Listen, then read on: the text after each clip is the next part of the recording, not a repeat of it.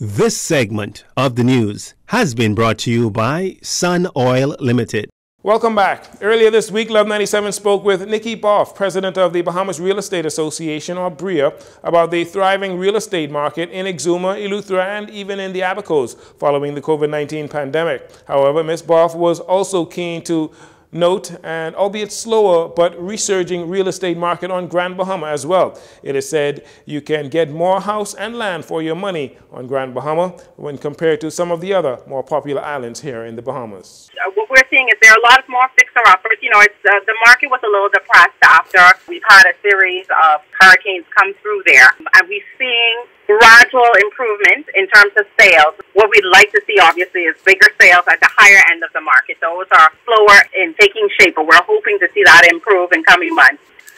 Ms. Boff says there are some promising indicators that can lead to more high-end property sales and purchases on Grand Bahama that can help stimulate the economy with more job opportunities and a greater cash flow.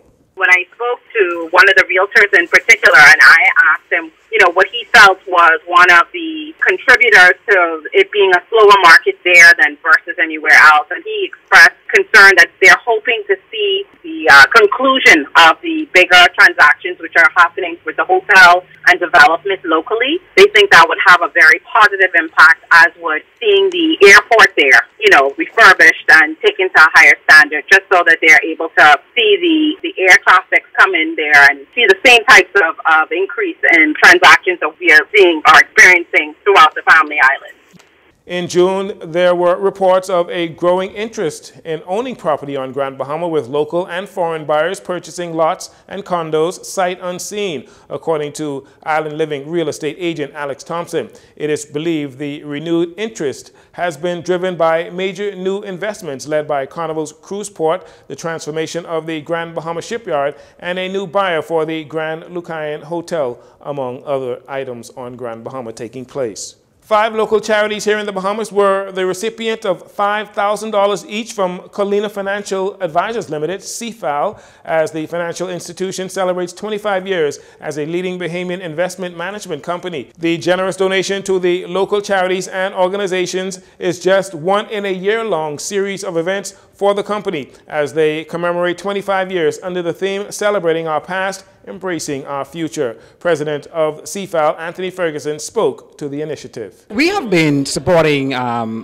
organizations since we started back in 1997, but this year, as we celebrate our 25th year in business, we thought it was important to identify several organizations that are providing excellent work in the community to support them, particularly during these tough economic times. And that's the reason why we're here today, just to support them. With most of the recipients being organizations that help young people, Mr. Ferguson says that was the basis for their institution's selection. Those charities and organizations include Reach Bahamas Foundation, the Bahamas Feeding Network, the Bahamas Youth Climate Conference, Bahamas Harvest Church, and Angels Foundation, and the Bahamas Children's Emergency Hostel, all receiving $5,000 towards their work within the community. We have the autism community, you know, it's in need of exposure funding. The Feeding Network, we've been supporting them for many, many years.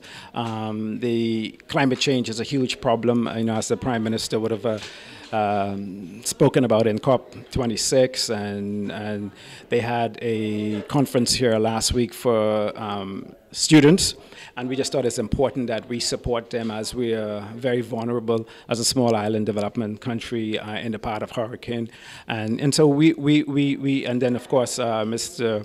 Pastor Mario Moxie, in terms of what he's doing with his reach into the community from a social standpoint. So all of the organizations that we support, the basic tenet is we need to help others and be our brother's keeper, and that's how we go about selecting. You know, we wish we could do more at this particular time, but we do continue to support any number of organizations very quietly, and that's just how we operate, and we'll continue to do it that way. CFAL has to date donated $1 million to local charities and organizations.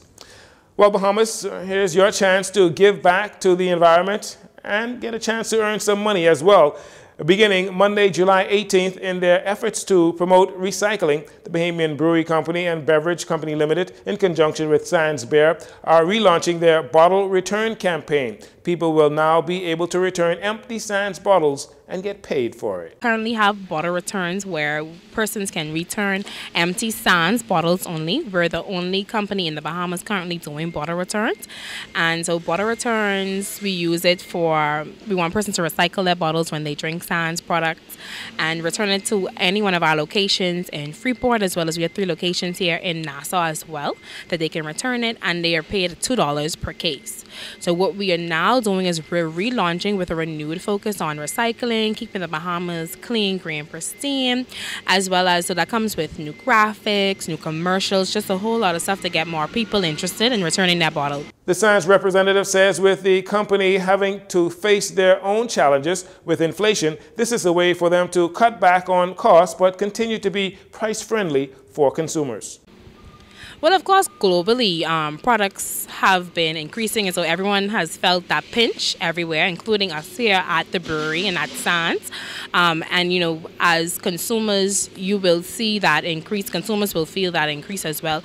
However, you know, we have tried to maintain a same great quality that we have with same great pricing so that Bahamians they don't feel the pinch as much as we would feel the pinch, because we want people to enjoy the truly Bahamian beer.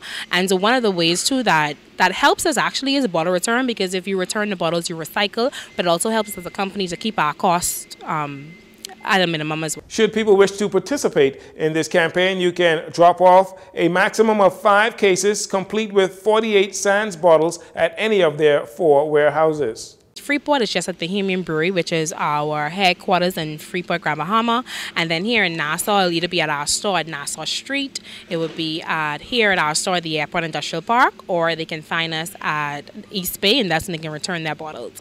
Now, each place there's different days for that, and all that information is online from 10 a.m. to 2 p.m. And also there'll be, you know, exciting things happening with bottle return to make people even more interested in returning their bottles. Sans products that can be collected are Sans Regular, Sans Light, Sans Pink Radler, Sans Passion Radler, High Rock, Strongback, and 60 Steps can all be brought in for recycling.